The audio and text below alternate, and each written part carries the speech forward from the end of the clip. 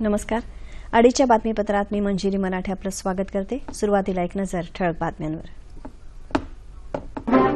सुवर्ण मुद्रीकरण योजना, सुवर्ण रोखे आणि सुवर्ण नाण्यांचं पंतप्रधानांच्या हस्ते उद्या अनावरण.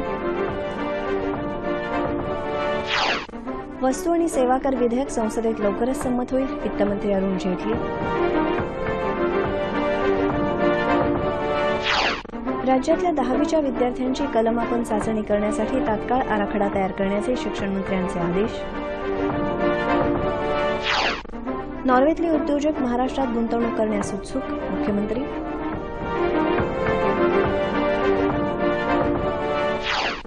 आणि छोटा राजनला इंडोनेशियातून भारतात आणणं तुर्तास 1 दिवसानं लांबणीवर.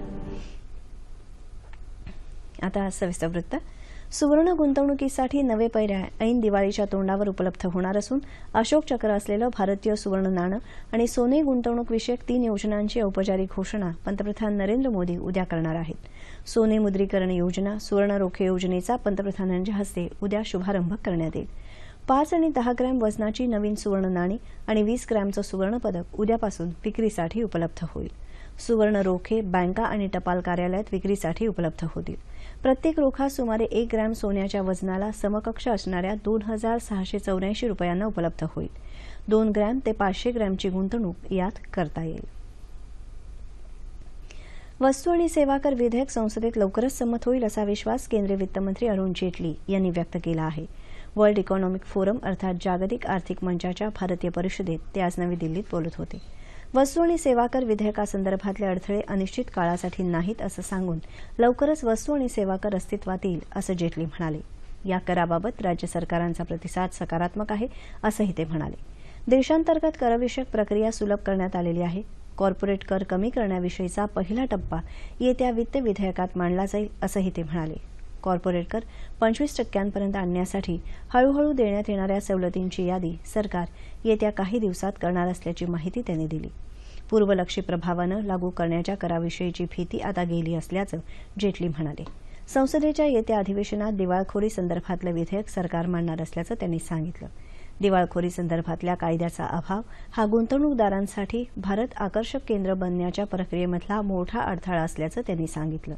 ज्या क्षेत्रांमध्ये समस्या आहेत त्यांची दखल सरकार घेत असल्याचंही त्यांनी सांगितलं. यावर्षी 10वीत असलेल्या सर्व विद्यार्थ्यांची कलमापन चाचणी करण्यात येणार असून त्यासाठीचा नियोजनबद्ध आराखडा तात्काळ तयार करण्याचे आदेश शालेय शिक्षण मंत्री विनोद तावडे यांनी दिले. या संदर्भात व्यवसाय मार्गदर्शन संस्थेतल्या अधिकाऱ्यांसमवेत काल मंत्रालयात बैठक झाली, त्यावेळी त्यांनी हे आदेश दिले. विद्यार्थ्यांमधली अभिरुची वाढवण्याबरोबरच विद्यार्थ्यांची क्षमता नेमकी कोणत्या अभ्यासक्रमात हे कलमापन चाचणीमुळे समजायला मदत होणार आहे. येत्या डिसेंबरपूर्वी ही चाचणी पूर्ण करण्यासाठी आराखडा तयार करताना जिल्हानिहाय नियोजन करणं आवश्यक आहे. ऑनलाईन पद्धतीनं ही चाचणी घेण्यात येणार असल्यानं 10वीच्या सर्व विद्यार्थ्यांची ऑनलाईन असणं आवश्यक असल्याचं मत त्यांनी व्यक्त केलं.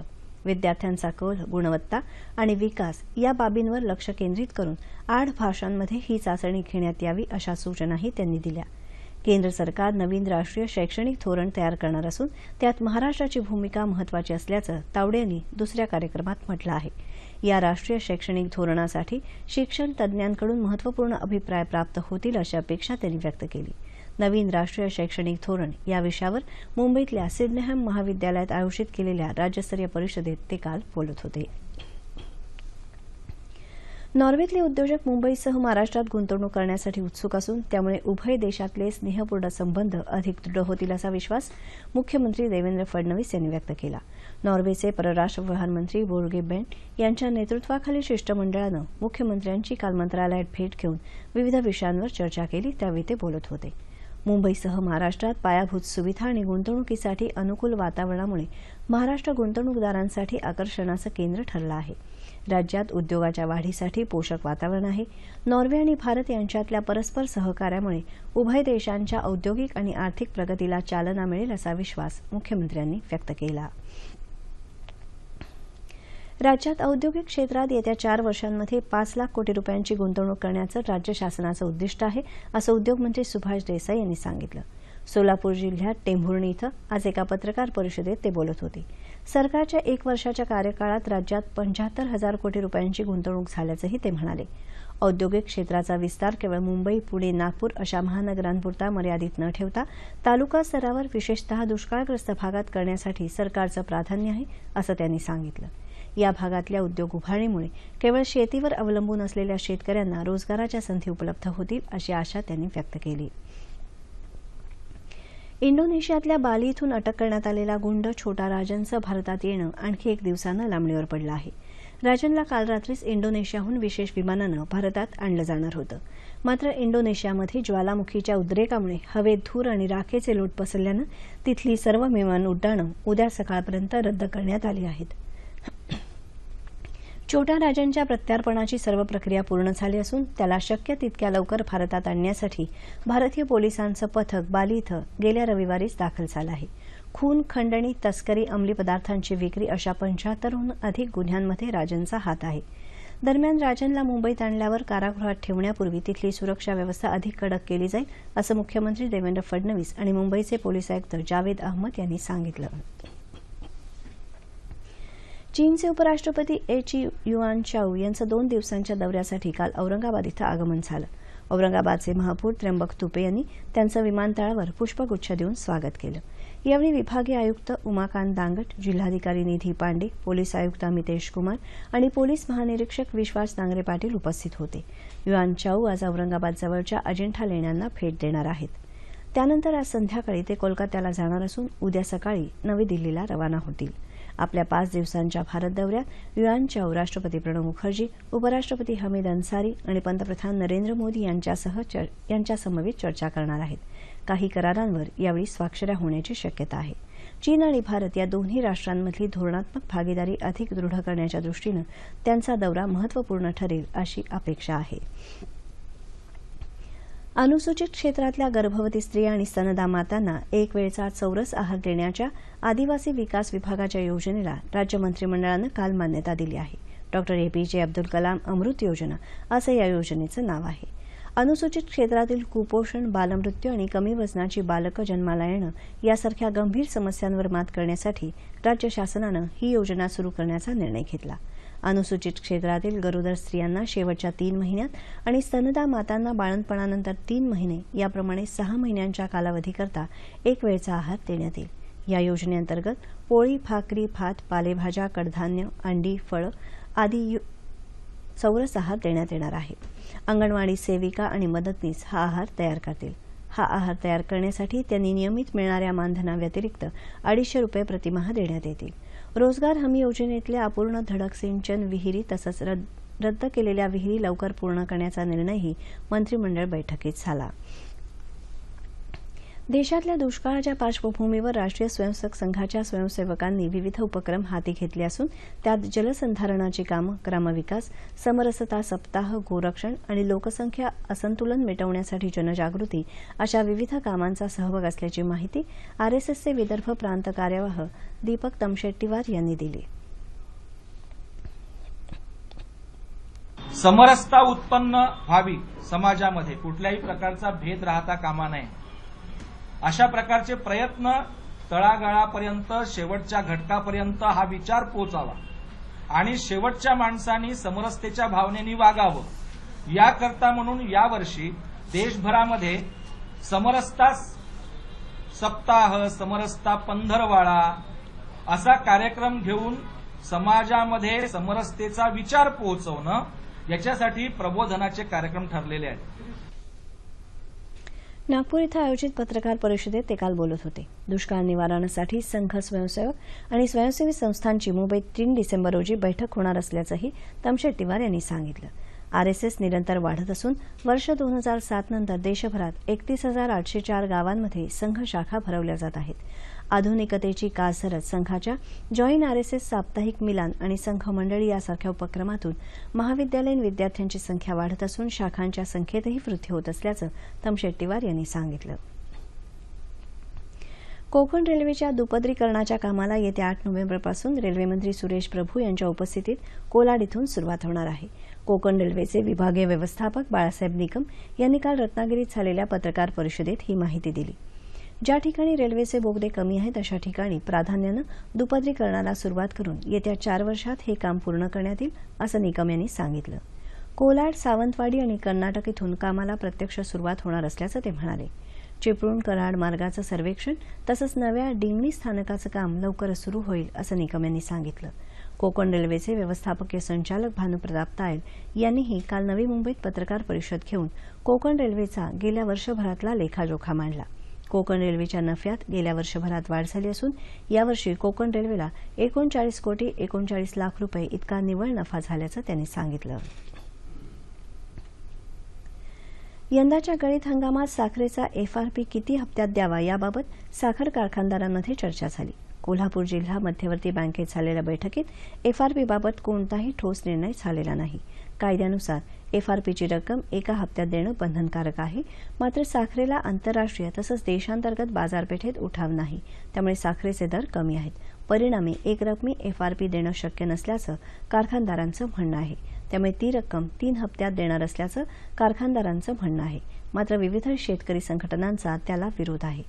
दरम्यान कालच्या बैठकीत कोणताही निर्णय झाला नसल्यानं 2 दिवसांनी पुन्हा बैठक घेऊन याबाबत निर्णय घेण्यात येणार आहे. राज्यातल्या ऊसतोडणी कामगारांच्या मजुरीत 20% वाढ करण्याची मागणी ऊसतोडणी कामगार संघटनेनं केली आहे. मजुरीच्या दरात वाढ झाली नाही तर ऊसतोडणी कामगार सत्याग्रहाच्या मार्गानं आंदोलन करतील असा इशारा माजी केंद्रीय राज्यमंत्री बबनराव ढाकणे यांनी दिला आहे. ते काल पुण्यात वार्ताहर परिषदेत बोलत होते. यासंदर्भात अभ्यास करण्यासाठी शासनानं नेमलेल्या रूपवते समितीच्या अहवालाची अंमलबजावणी अद्याप झालेली नाही. तसंच मजुरीत वाढ करण्याचं आश्वासन मुख्यमंत्री देवेंद्र फडणवीस यांनी दिलं असलं तरी ऊसाच्या हंगामाला सुरुवात होऊन सुद्धा ही वाढ लागू झालेली नाही असं ढाकणे म्हणाले. सध्या या कामगारांचा संप सुरू असून सरकारनं त्यांच्या मागण्यांचा सकारात्मक विचार करावा असं आवाहन त्यांनी केलं. राज्यातल्या युती सरकारला सत्तेत येऊन नुकतंच 1 वर्ष पूर्ण झालं. या वर्षभरात आदिवासी विभागातर्फे करण्यात आलेली कामं, आदिवासींच्या विकासाकरता राबवण्यात आलेल्या योजना याविषयी विवेचन करण्यासाठी आदिवासी विकास मंत्री विष्णू सावरा यांना काल रात्री 9:30च्या बातमीपत्रात निमंत्रित करण्यात आलं होतं. त्या मुलाखतीचा हा संपादित अंश. आपल्याकडे जो केंद्राचा कायदा झालेला आहे पेसा नावाचा, या पेसा कायद्याअंतर्गत महाराष्ट्रामध्ये अजून अंमलबजावणी झाली नव्हती, परंतु आपण ती सुरू केली आणि या पेसा कायद्याअंतर्गत येणाऱ्या ज्या ग्रामपंचायती आहेत या सर्व ग्रामपंचायतींना आमच्या आदिवासी विकास विभागाचा जेव्हा 5% निधी, आमचं जे बजेट आहे त्याच्या 5% निधी हा डायरेक्ट ग्रामपंचायतीला विविध प्रकारच्या सार्वजनिक कामासाठी आम्ही डायरेक्ट वितरण केले. आता ते वितरण झालं सुद्धा. यावर्षी 258 कोटीची तरतूद आम्ही यावर्षी केलेली आहे. त्याच्यातला 70% निधी हा आता वितरित झालेला आहे. एक योजना आम्ही सुरू केलेली आहे. ती अशी योजना आहे की एक मध्यवर्ती स्वयंपाकगृह करायचं आणि त्याच्या परिसरामध्ये असलेले जे 40 किलोमीटरच्या अंतरामध्ये असलेल्या ज्या शाळा आहेत, आश्रमशाळा आहेत, या आश्रमशाळांना चांगलं अन्न, सकस अन्न आणि ते सुद्धा गरम अन्न देण्याची योजना केलेली आहे. डॉक्टर अब्दुल कलाम अमृत आहार योजना, या योजनेअंतर्गत आमच्याकडे ज्या गरोदर माता आहेत किंवा स्तनदा माता आहेत तर यांना बऱ्याच वेळेला आपल्याला नेहमी बघत असतो आम्ही पेपरला आणि आपल्या टीव्हीलाही येत असतं की कुपोषण हे फार मोठा विषय असतो. प्रसूतीच्या 3 महिने अगोदर आणि प्रसूतीनंतर 3 महिन्यानंतर हे त्या मातेला आम्ही चांगला सकस आणि चांगला आहार मिळेल की जेणेकरून निपजणारं मूलही चांगलं असेल आणि त्या मातेला सुद्धा चांगल्या प्रकारचं अन्न मिळालं तर ती त्या मुलाला चांगल्या प्रकारे देऊ शकेल. हे नामांकित शाळा ज्या आहेत, आता आम्ही जे 25,000 यावर्षी विद्यार्थ्यांचं उद्दिष्ट ठेवलेलं आहे आणि आत्तापर्यंत 21,000च्याही पुढे अशा प्रकारचे प्रवेश झालेले आहेत. हे कशा करतात तर मी सांगितलं तसं की विशिष्ट स्टँडर्डच्या पुढे ते जात नाहीत.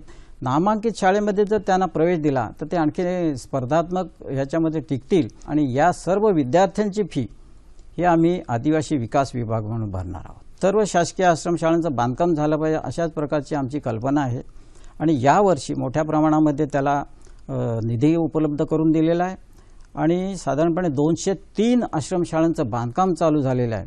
त्याचबरोबर 55 वसतिगृहांचं बांधकाम चालू आहे. यावर्षी जी काय 55 वसतिगृहाची कामं आहेत अशाच प्रकारे ती चालू होतील. परंतु त्याच्यामध्ये सुद्धा चांगल्या सुविधा त्या वसतिगृहामध्ये सुद्धा चांगल्या सुविधा मिळाल्या पाहिजेत. विद्यार्थ्यांना पुढे जाता आलं पाहिजे. केवळ हायस्कूल नाही, कॉलेजच्या शिक्षणाशिवाय त्याला आणखी उच्च शिक्षण घ्यायचं असेल तर त्याच्यासाठी सुद्धा आमची व्यवस्था आहे. याशिवाय परदेशामध्ये जरी विद्यार्थ्याला शिकायचं असेल तर त्याची सुद्धा सर्व फी आदिवासी विकास भरणार. रोजगाराचा फार मोठा एक प्रश्न आहे, विशेषतः आदिवासी भागामध्ये. म्हणजे स्थलांतर फार मोठ्या प्रमाणात होतं. याचं कारण असतं की त्या भागामध्ये जे राहतात त्या भागामध्ये त्यांना काम मिळत नाही. म्हणून आमचा आदिवासी विकास विभाग म्हणून अशा प्रकारची योजना आखलेली आहे. पालघर जिल्हा असा आहे की त्या जिल्ह्यामध्ये पर्यटनाला खूप मोठा वाव आहे. आदिवासी भागामध्ये सुद्धा चांगली थंड हवेचं जव्हारसारखं ठिकाण आहे की ते जर डेव्हलप केलं तर त्या ठिकाणी तिथल्या बेरोजगारांना काम मिळू शकतं, तिथल्या लोकांना काम मिळू शकतं आणि ते स्वतःच्या पायावरती त्या ठिकाणी उभे राहू शकतात. केंद्राचा कायदा आहे वन हक्क कायदा, 2004 साली तो मंजूर झालेला आहे आणि तो कायदा सुद्धा इतका चांगला आहे की वर्षानुवर्ष आमचे बांधव जे वनाचे पट्टे कसत होते त्यांना मालकी हक्कच दिलेला नाही आणि मालकी हक्क नाही तर कुठलीच योजनाचा त्याला लाभ देता येत नाही. पण हा मालकी हक्काचा कार्यक्रम आम्ही मोठ्या प्रमाणामध्ये महाराष्ट्रामध्ये राबवतोय. चांगल्या प्रकारे त्यांच्या नावावर ह्या जमिनी झाल्या. आता नावावर झाल्यामुळं आमचा आदिवासी विकासाचा असा आम्ही प्लॅन तयार केलेला आहे की यांच्या त्या प्लॉटमध्ये त्यांच्या त्या शेतामध्ये विहीर खोदून देण्याचा, त्यांना विहीर खोदून द्यायची, त्यांना लागणारे मोटर पंप लागलं किंवा ऑइल इंजिन लागलं तर ते त्यांना द्यायचं. त्याच्या शेतापर्यंत पाणी नेण्यासाठी पाईपची सुद्धा व्यवस्था करून द्यायची. या आदिवासी समाज सुद्धा मुख्य प्रवाहामध्ये यावा हाच आमचा प्रयत्न आहे. आणि म्हणून आत्ताच्या स्पर्धात्मक युगामध्ये त्याला ज्या ज्या गोष्टी पाहिजे आहेत त्या सर्वच गोष्टी पुरवण्यासाठी आमचा विभाग हा कटिबद्ध झालेला आहे. माननीय पंतप्रधानांजींनी जे स्किल डेव्हलपमेंटच्या दृष्टीने जी काही पावलं टाकलेली आहेत त्याच्यामध्ये सर्वांगीण विकासाचं आहे. त्याच्यामध्ये आमचा विकास हे आला, आदिवासी समाज सुद्धा त्याच्यामध्ये इन्क्लूड झाला पाहिजे, त्याच्यामध्ये उतरला पाहिजे. आणि अशाच प्रकारचे आमच्या आदिवासी विकास विभागाच्या सुद्धा तशा प्रकारच्या आमच्या योजना आम्ही आखलेल्या आहेत आणि त्या नजीकच्या काळामध्ये त्याचं आम्हाला निश्चितपणे चांगलं त्याच्यातून घडेल असं आम्हाला दिसायला लागेल. सोलापूरमधल्या गिरणी कामगारांच्या विविध मागण्यांसाठी बंद गिरणी कामगार संघर्ष समितीच्या वतीनं आज जिल्हाधिकारी कार्यालयासमोर एक दिवसीय धरणं आंदोलन करण्यात आलं. बंद असलेल्या गिरण्यातल्या कामगारांना मुंबईच्या धर्तीवर गिरण्यांच्या जागेवर घरकुल बांधून मिळावं, दरमहा 3,000 रुपये निवृत्तीवेतन मिळावं, केशरी शिधापत्रिका, आरोग्य सेवेसाठी आरोग्य विमा संरक्षण मिळावं या कामगारांच्या मागण्या आहेत. या मागण्यांचं निवेदन जिल्हाधिकाऱ्यांकडे देण्यात आलं. शासनानं या मागण्यांकडे लक्ष न दिल्यास बेमुदत उपोषणाचा इशारा संघर्ष समितीनं दिला आहे. 1995 मध्ये सोलापूरमधल्या महत्वाच्या 5 गिरण्या बंद झाल्या, मात्र कामगारांना योग्य मोबदला मिळाला नाही. परिस्थितीमुळे कामगारांची मुलंही शिक्षणापासून वंचित राहिल्याचं कामगारांचं म्हणणं आहे. लातूरमध्ये आरटीआय कार्यकर्ते मल्लिकार्जुन भाई कट्टी यांना झालेल्या मारहाणीच्या निषेधार्थ लातूरमध्ये आज सर्वपक्षीय मोर्चा काढण्यात आला. या प्रकरणी सर्व पक्षांच्या वतीनं मुख्यमंत्री देवेंद्र फडणवीस यांच्या नावानं निवेदन देण्यात आलं. संबंधितांना त्वरित अटक करावी आणि मोक्का कायद्यानुसार त्यांच्यावर कारवाई करण्याची मागणी यामध्ये करण्यात आली आहे. Congress, Rashtravadi Congress, Republican party, Baspa, Shekap, communist पक्ष तसंच आम आदमी पार्टीचे कार्यकर्ते यात सहभागी झाले होते. भाई कट्टी यांना झालेली मारहाण हा पूर्वनियोजित कट असल्याचा आरोप करून याबाबत सीआयडी किंवा विशेष तपास पथकामार्फत चौकशी करण्याची मागणी यावेळी करण्यात आली. रायगड जिल्हा परिषद अंतर्गत असणाऱ्या प्राथमिक आरोग्य केंद्रातल्या 19 वैद्यकीय अधिकाऱ्यांची पदं रिक्त असल्यानं इथल्या नागरिकांच्या आरोग्यासंदर्भात प्रश्न निर्माण झाला आहे. अलिबाग तालुक्यातल्या चिखली गावातल्या आदिवासींच्या आरोग्यासाठी उभारण्यात आलेल्या गिरीधर गोसावी पाटील प्राथमिक आरोग्य केंद्रात गेले काही महिने कायमस्वरूपी डॉक्टर नसल्यानं तसंच गेली काही वर्ष रुग्णांना योग्य वेळी उपचार मिळत नसल्यामुळे इथल्या नागरिकांमध्ये जिल्हा परिषदेविरोधात संताप निर्माण झाला आहे. दवाखान्यात जून महिन्यापासून कायमस्वरूपी डॉक्टर असे नाही आहेत तिथे. तर रुग्ण यांना वेळेवर औषध उपचार म्हणजे सलाईन किंवा इंजेक्शन ही मिळत नाहीत. त्याच्यामुळे लोकांच्या मनात राग द्वेष निर्माण होतो. जिल्हा परिषद जर वैद्यकीय अधिकाऱ्यांची नेमणूक करत नसेल तर राज्य सरकारनं यात लक्ष द्यावं अशी मागणी इथले नागरिक करत आहेत. मातीतल्या सूक्ष्म अन्नद्रव्यांचा होणारा ऱ्हास थांबवण्यासाठी तातडीच्या उपाययोजना कराव्या लागणार असून यासाठी माती आणि पाण्याचा समतोल राखणं ही काळाची गरज असल्याचं मत राष्ट्रीय मृत सर्वेक्षण आणि भूमी उपनियोजन ब्युरोचे संचालक डॉ. ए.के. सिंग यांनी व्यक्त केली. अकोल्यात डॉ. पंजाबराव देशमुख कृषी विद्यापीठाच्या मृद आणि कृषी रसायनशास्त्र विभागाच्या वतीनं आयोजित 2 दिवसीय राज्यस्तरीय परिसंवादाच्या उद्घाटन प्रसंगी ते बोलत होते. जमिनीचं आरोग्य सुधारण्यासाठी कृषी विद्यापीठांनी मृद आरोग्य पत्रिकेसंदर्भात जनजागृती करण्याचं आवाहन यावेळी सिंग यांनी केलं. सुधारणा आणि पुनर्वसन असं ब्रीदवाक्य असलेल्या पुण्यातल्या येरवडा मध्यवर्ती कारागृहातल्या कैद्यांनी तयार केलेल्या वस्तूंचं प्रदर्शन कारागृह आवारात भरवण्यात आलं आहे. आकाशकंदील, पणत्या, मोबाईल ठेवण्यासाठी बटवे, समारंभासाठीचे बटवे, पायपुसणे, सतरंजा, चादरी, टॉवेल, बेडशीट्स अशा वस्तू तसंच अनेक चित्रकृती या प्रदर्शनात मांडण्यात आल्या आहेत. कारागृहातला गुन्हेगार शिक्षा पूर्ण करून बाहेर पडल्यानंतर त्याच्या हाताला काम मिळून तो सन्मानानं जगू शकेल असं प्रशिक्षण येरवडा मध्यवर्ती कारागृहात दिलं जातं. यामध्ये बंद्यांना जास्तीत जास्त काम देऊन जेव्हा ते कारागृहातून बाहेर पडतील त्यावेळेस त्यांना स्वतःच्या पायावरती उभं राहता यावं, हा प्रमुख दृष्टिकोन आहे.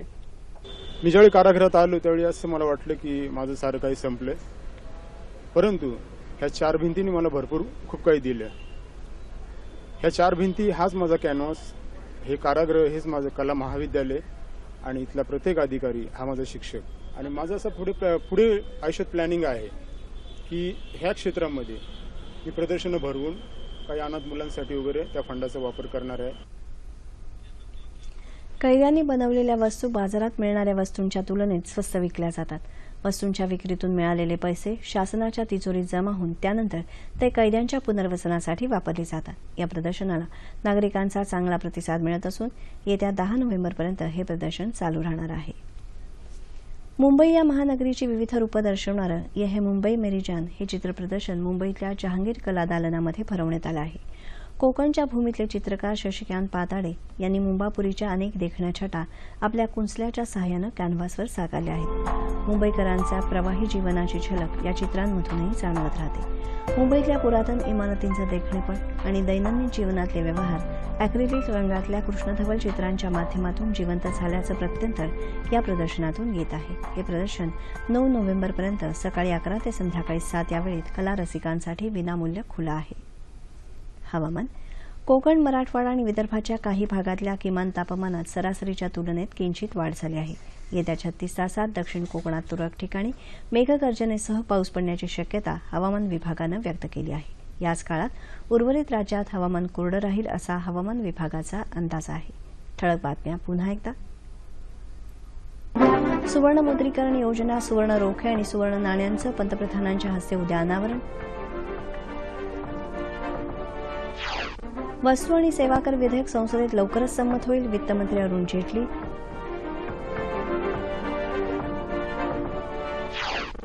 राज्यातल्या 10वीच्या विद्यार्थ्यांची कलमापन चाचणी करण्यासाठी तात्काळ आराखडा तयार करण्याचे शिक्षण मंत्र्यांचे आदेश. नॉर्वेतले उद्योजक महाराष्ट्रात गुंतवणूक करण्यास उत्सुक, मुख्यमंत्री.